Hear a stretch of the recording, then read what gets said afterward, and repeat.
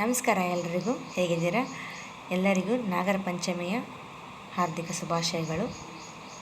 ನಾನಿವತ್ತಿಲ್ಲಿ ವರಮಹಾಲಕ್ಷ್ಮಿಗೆ ಮತ್ತು ನಾಗರ ಪಂಚಮಿಗೆ ಹಾಕುವಂಥ ಗೆಜ್ಜೆ ವಸ್ತ್ರ ಅಥವಾ ನಮ್ಮ ಕಡೆ ಇದನ್ನು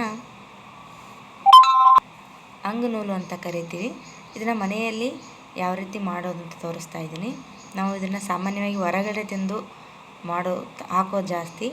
ಮನೆಯಲ್ಲೇ ಮಾಡಿದಾಗ ಒಂಥರ ನೆಮ್ಮದಿ ಅಂತ ಅನ್ನಿಸುತ್ತೆ. ಸೊ ಇಲ್ಲಿ ನಾನು ಹತ್ತಿ ತೊಗೊಂಡಿದ್ದೀನಿ, ಒಂದು ಹಿಡಿಯಷ್ಟು. ಈ ಥರ ದಾರದ ಥರ ಎಳಿತಾ ಹೋಗಬೇಕು. ನಮಗೆ ಯಾವ ಸೈಜ್ ಬೇಕೋ ಆ ಸೈಜ್ಲಿ ಮಾಡ್ತಾ ಹೋಗ್ಬೋದು. ಒಂದು ಲೆಂತ್ ಬರೋವರೆಗೂ ಇದೇ ಥರ ಮಾಡ್ತಾ ಹೋಗೋಣ. ನಾನು ನೋಡಿ ಇಷ್ಟು ಲೆಂತಲ್ಲಿ ತೊಗೊಂಡಿದ್ದೀನಿ. ಈಗ ಒಂದು ಬಟ್ಲಲ್ಲಿ 1-2 ಸ್ಪೂನಷ್ಟು ನೀರು ಮತ್ತು ಕುಂಕುಮನ ಮಿಕ್ಸ್ ಮಾಡಿ ಇಟ್ಕೊಂಡಿದ್ದೀನಿ. ಇಲ್ಲಿ ಸ್ವಲ್ಪ ಕೈಯಲ್ಲಿ ಈ ಥರ ಮಾಡ್ತಾ ಹೋಗಬೇಕು.